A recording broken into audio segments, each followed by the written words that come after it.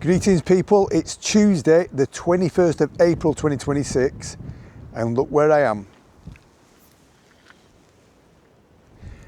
And we are heading up there. So this time I'm going to be wearing a helmet with the camera on the helmet to give you a better perspective than the ascent that I did last time when I had the camera in my hand. So I've looked at the forecast and overnight temperatures are going to be down to as low as I feel like of -4. But on average it's going to be about 1 degree. So we've got the HILLEBERG this time, it's sandy and not the Red Bull, so it's the red label. I've got a Cumulus X-Lite 400 sleeping bag and I've got a Cumulus jacket with me. I'll show you that one. You lot have not seen the Cumulus jacket I've got with me this time. This is the Incredilite Endurance. You've seen the Mount Like and you've seen the inverse, sorry, the Mount Light and you've seen the inverse, but this is the Incredilite Endurance, which is 357 grams, and it's this is 850 fill as opposed to the inverse and the Mount Light being a 900 fill. But this one's got Pertex Quantum Pro shell, and we all know what Pertex Quantum Pro shell is on this channel, don't we? Because the Pertex Pro bit is the one that's more resistant to moisture and damp conditions. Not that it's going to rain tonight because it's going to be too cold anyway. But I'm really looking forward to this one and I'll see you along the way. See you soon. This is where it begins. It's now 4 o'clock. Did say 38-mile-an-hour gusts, and judging by the trees down here,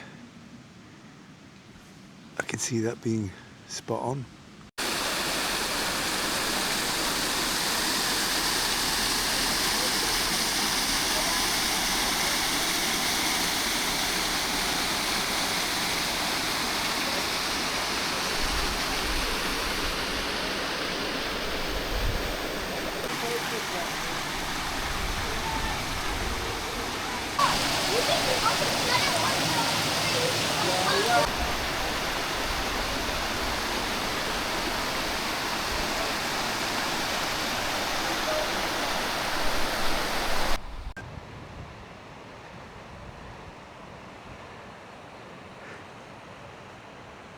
Okay, so already we're leaving the glorious sunshine and walking through a shaded area rather.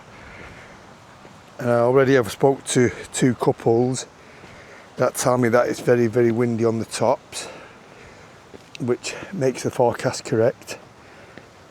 But personally, with this strong easterly wind and bright sunshine, which we're going to be back into shortly, I prefer a breeze, even though you've got to still be mindful of the sun's effects on your skin when you've got the wind deceiving you with the cooling effect.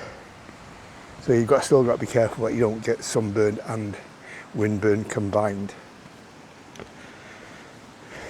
But yeah, these are my favourite temperatures. It should make for a really good camp. So I'll see you a bit further up the path when I stop to get some water.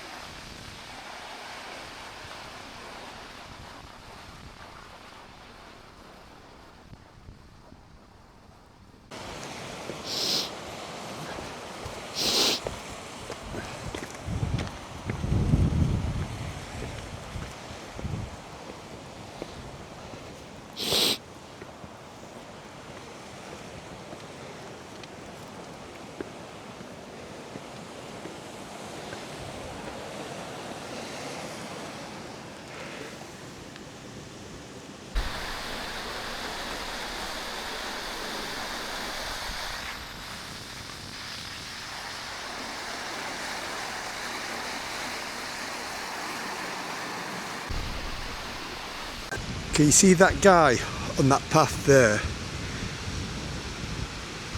That's an alternative route up and down that. I've come like lower in the gully across the stream about there, but yeah, that's another option. Nearly at Stickle Tarn now. Okay, it probably looks nice and warm here, but I've just been down in the stream that leads out of this place, Stickle Tarn. I've just been kind of like over down there, and I was like behind this rock in the shade, and it's actually really quite cold. So this is my pack now. So I've got my two 900ml Avenue water bottles full, I've got my two shoulder pouch water bottles full, and I've got my titanium bottles full there. So in total now I'm carrying about 13 kilograms.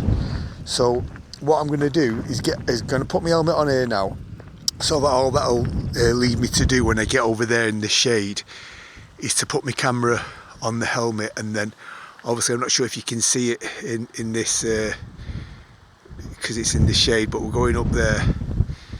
But yeah, I want to keep moving and build up a bit of body heat, so that when I get into the shade I've not got cold arms or cold limbs. See you in a minute. Hello, this is future me here. It's now Wednesday at 9 o'clock. So I'm just gonna, now we've got some good light conditions, I'm going to show you exactly where I was yesterday. So if you look in front of us, you'll see like at dead centre, you'll see like a zigzaggy sandy coloured path that leads to like a V shape in the pavey arc feature. Now this one on the left is the route I took yesterday. That's Jack's Rake. So if you start at the top of that sandy path, the zigzaggy sandy path, and then you head up 10 o'clock, so you'll see on the edge about there's like a little pyramid shaped block, and that's where you kind of head for. So that's what the route is.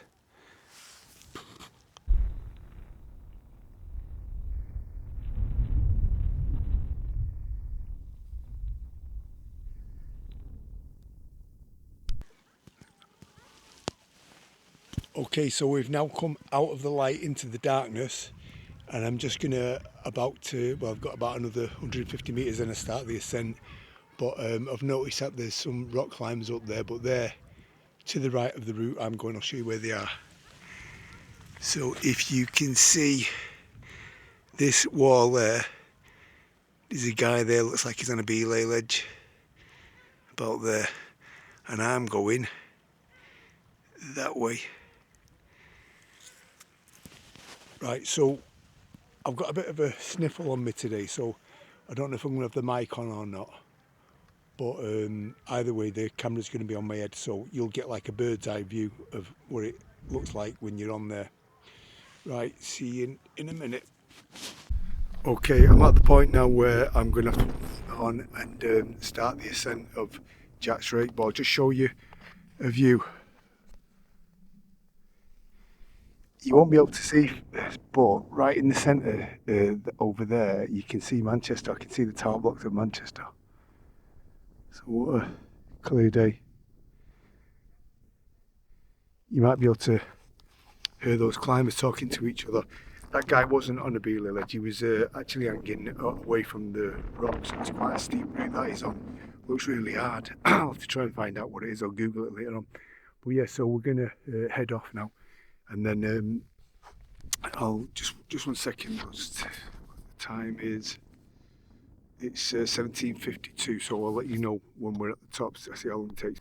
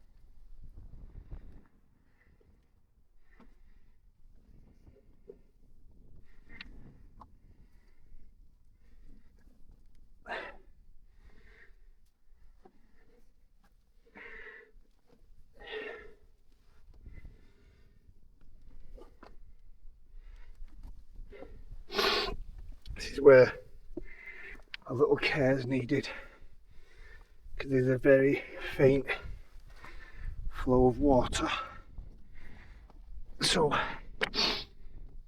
you need to be careful where you're putting your hands and feet here.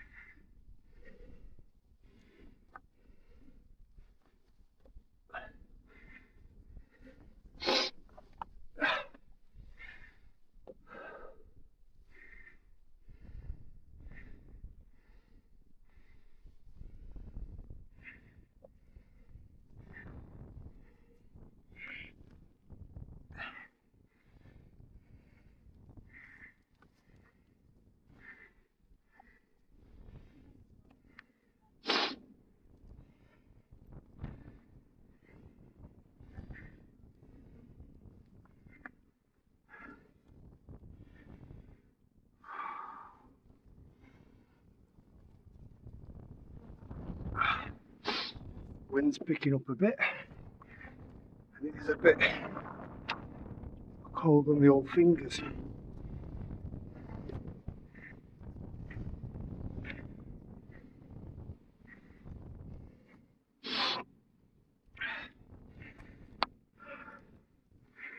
Right then, I'm just gonna check that footage, see if it's come out like, and see what the angle of the camera was like.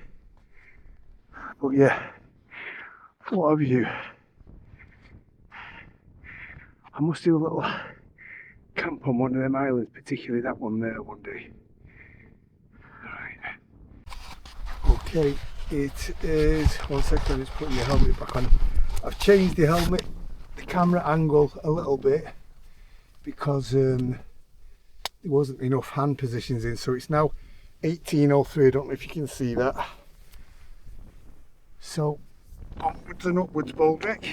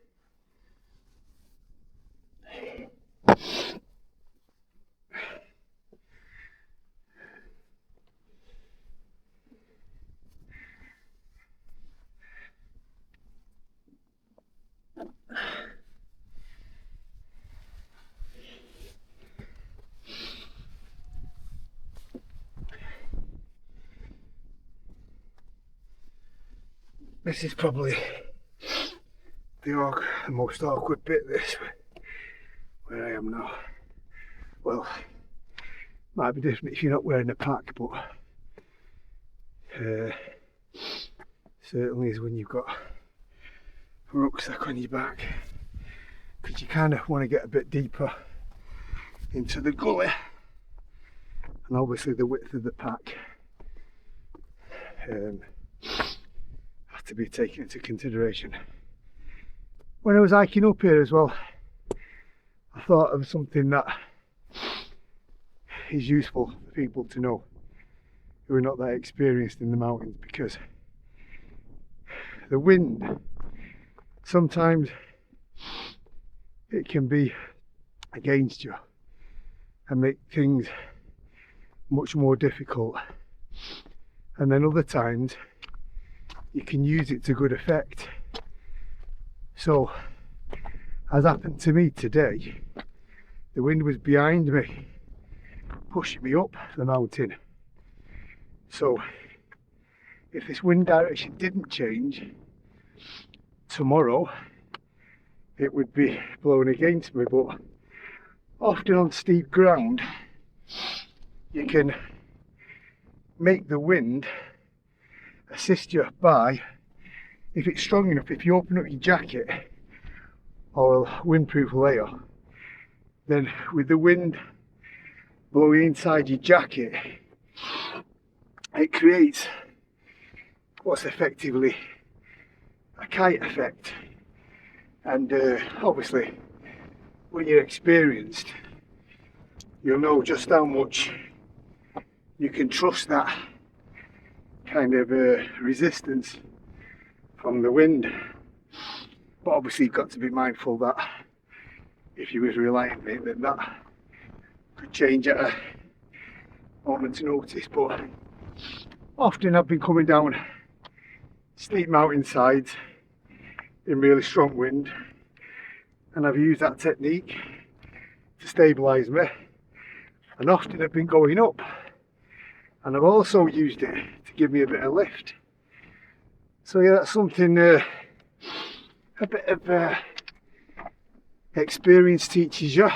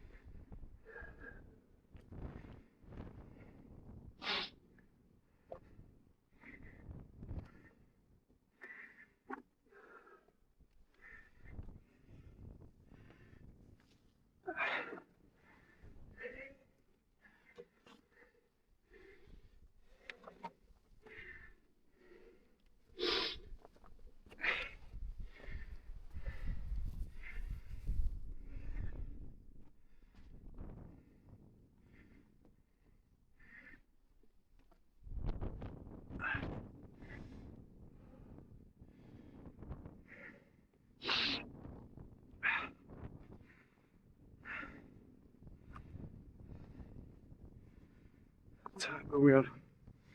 It's 13 minutes past 6. Obviously it's not a race. You know, you should never ever rush something like this, because if you are rushing, you're not giving yourself time. If you are rushing, you're going to be a lot more likely to have an accident.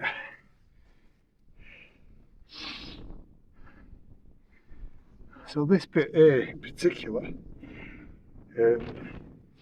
needs a bit of care, because this block I'm holding here with my hand is only held in by a bit of dirt. So what I don't want to do is put all my weight on.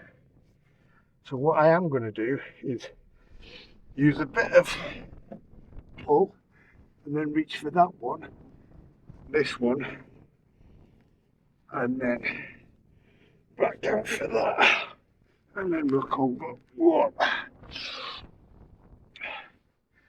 Obviously, like before, if you're pulling 13 kilograms, it's going to be a lot easier, a lot harder than if you didn't have a pack on. Always, you know, stay within your own abilities when you're in the mountains. Never take on something that you haven't got the experience to not only successfully climb, but to successfully reverse down climbing.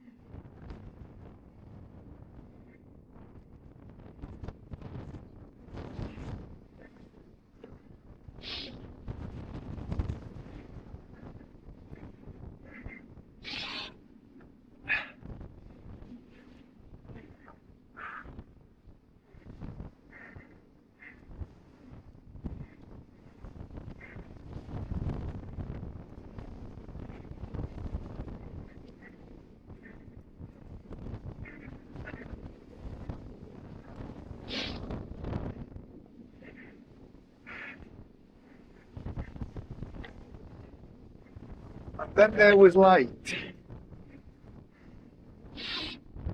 Out of the darkness into the light.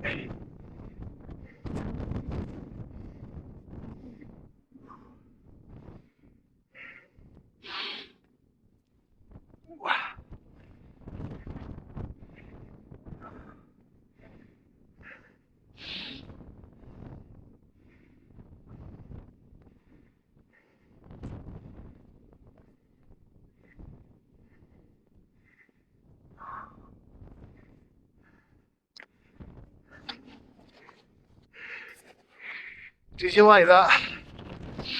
I did. I'm going to put my down jacket on now. Or actually, being in the sun's a lot warmer, so let's see how I feel. I'll catch you in a bit.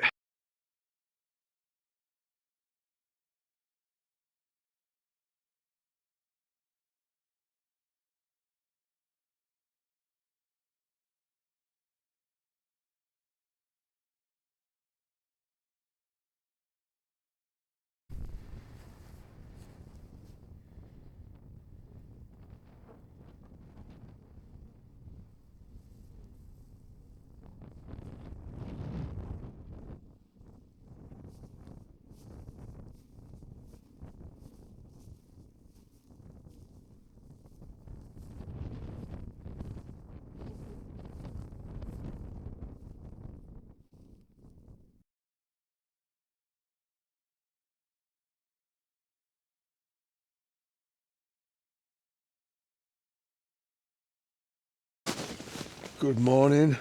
Wow, I've had a good sleep, still feel dead groggy. According to my watch, it says I'm ready to tackle anything today. It's very optimistic of it. Well, I had a right range of temperatures yesterday, didn't I? I started off in the car park, it said 15 degrees in the van. And then quite quickly I got into the wind and then into the shade, and then eventually when I got onto the pavey arc wall, then it started to get quite chilly indeed. However, my legs didn't get cold, but it's a bit cold for the fingers and that. And then when I got to the top, I was back in the sunshine, but then after about 9 o'clock it got really cold. I mean, it did say the feel light temperature was going to be -4, but I don't think it was that cold, but it was definitely below 0. Normally I have this this panel, I have it exposed with mesh all through the night, but I had it closed last night, and then I woke up at 2 for a pee, and then he unzipped it then, because at that point it was too hot. I'd fallen asleep with my down jacket on. But yeah, I've had a good night's sleep. Just going to have a brew now, and then I'll show you what's on the menu for today. I don't mean food-wise, I mean vistas, views. Right. See you in a bit. Yeah, talking of food-wise, I had a couple of them. Specially selected 14-month minimum matured Parm ham, prosciutto di Parma. And it's basically just pork leg from Aldi. They're like about £2, aren't they? Pork leg and sea salt. It doesn't say it contains any nitrates, so that's not bad, is it? Anyway, I'm not giving you any more health tips, because I lost 3 subscribers last time, didn't I? Me trying to tell you how to control your appetite and not store excess calories. So yeah, them 3 subscribers, I must have upset them. They probably bounced off to watch the King of Camping or something, I don't know. Anyway, what do you think of my new tin? My Twinings new tin. You're probably thinking, you know, what you're doing, lad, adding all this extra weight, but I reckon it's about 10 grams. I need to weigh it. But it's good though. Got all my tea bags in there. I've got a pucker turmeric, ginger and orange, Yorkshire tea, which Taylor's Yorkshire tea. We can't have that, can we, because we're in Cumbria. And then I've got my Dragonfly tea. What's it called? Glorious Earl Grey. Oh, I wish it was like smelly vision. That is incredible, that. You can smell the bergamot. And then I've got my sleeping up or whatever. Just woke up. And so I'm going to have one of these, the Earl Greys, and then I'm going to get, I'll show you what it's like outside. But I had a bit of a nightmare when I first tried to pitch yesterday. So this spot that I'd earmarked last time I was here, it's perfectly flat, and it was like about big enough to get 2, maybe 3 solos in, and I thought, right, need to remember where that is. Anyway, I found it, no problem. And it was obviously dead windy when I was trying to pitch the tent, and tied it to my rucksack, and then I couldn't get a single peg in. The deepest I got was about 2 inches, so, and I had it on time lapse as well. I ended up being in the time lapse because it was that crap, because I basically just rolled it up, and then I did like a big circle. I don't know, probably ended up walking like nearly a mile in a circle, and then I've ended up 20 foot away from that bit. It's just over there. But yeah, I got my pegs in here okay. It's mad, that, innit? So yeah, I think next time I'm on the recce for good flat spots, I'm going to have a dig about with the tent peg. Something you should really do, because if that had been winter and I'd got here and there was snow on the ground, it was all frozen, I'd have struggled a bit, wouldn't I? Right, anyway, so I'm going to make this cup of tea, and then I will treat you to a good look around of where I am. Right. See you in a minute. Well, that wind's quite strong still and cold. Yeah, no idea what the temperature is. I've got no signal, so I couldn't check the Met, but it's supposed to be like 1 degree. But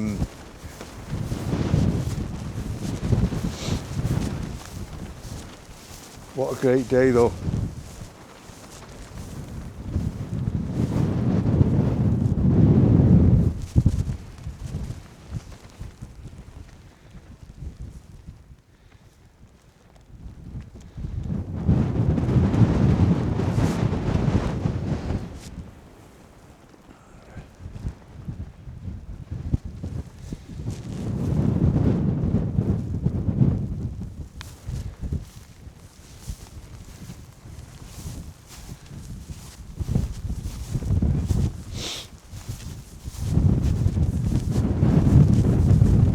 I love days like this.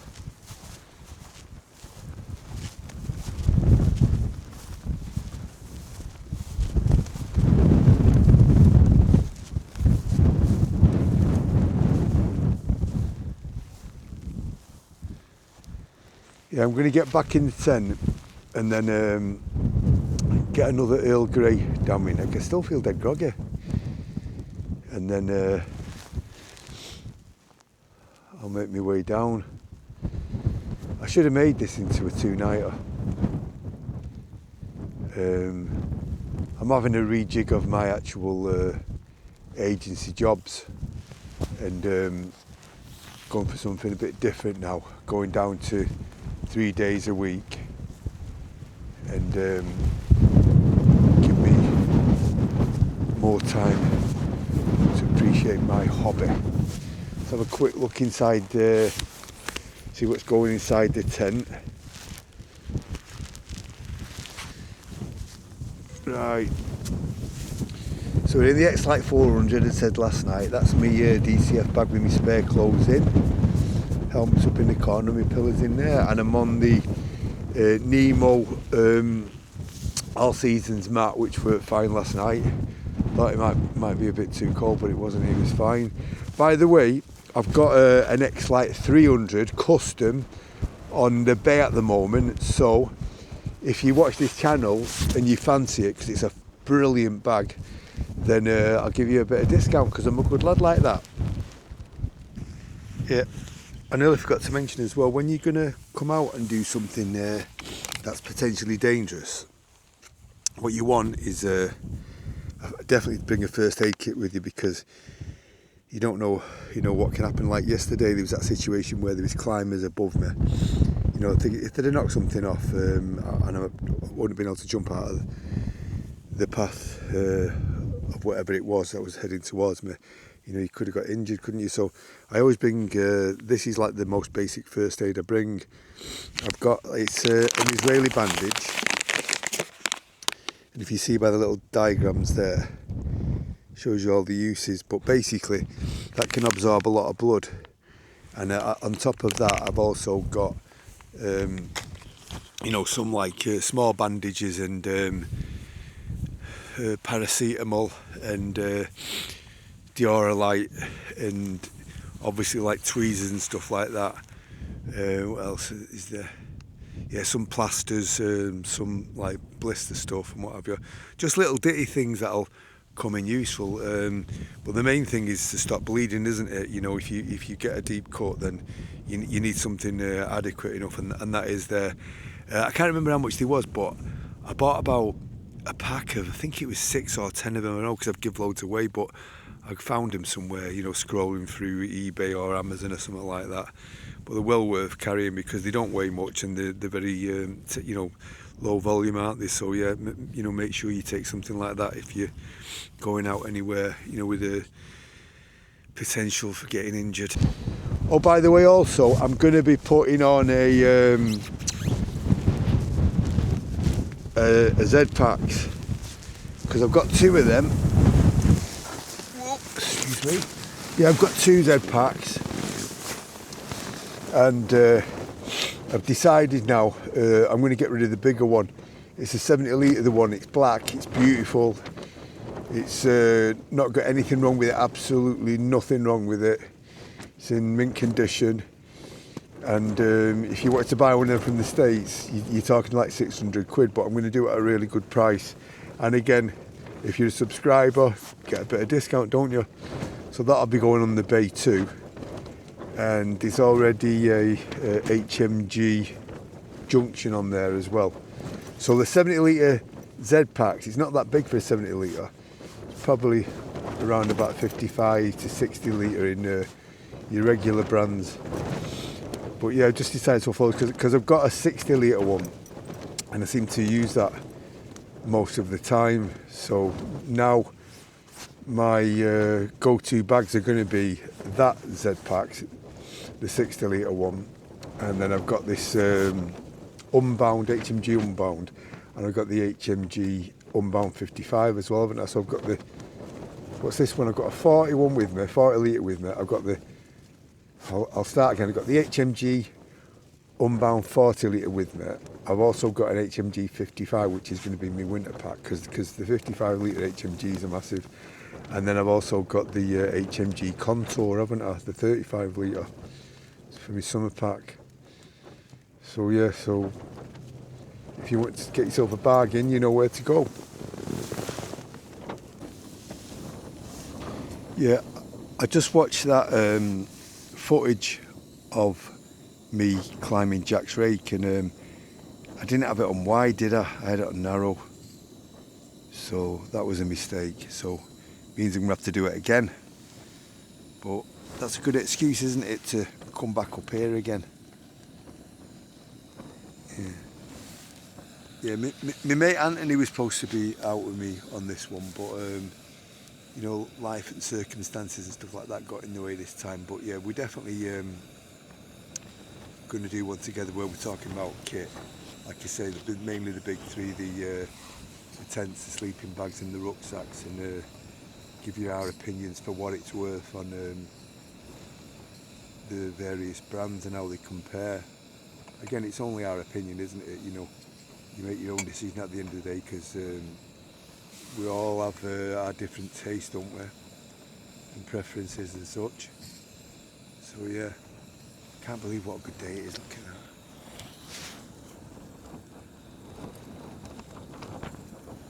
that. I think when you live in the UK and you're like under dark, grey, miserable skies for 5 months on end, and then you really appreciate days like this, don't you? Right, I'm gonna say cheerio now from PV Arc. Yeah, like I said, unfortunately I had my camera on the wrong settings, so I'm gonna have to do Jack's Rake again. I've put you through that ordeal. So if you've stuck with me this far, as always, thanks very much, and I'll see you on the next one. Take care of yourselves.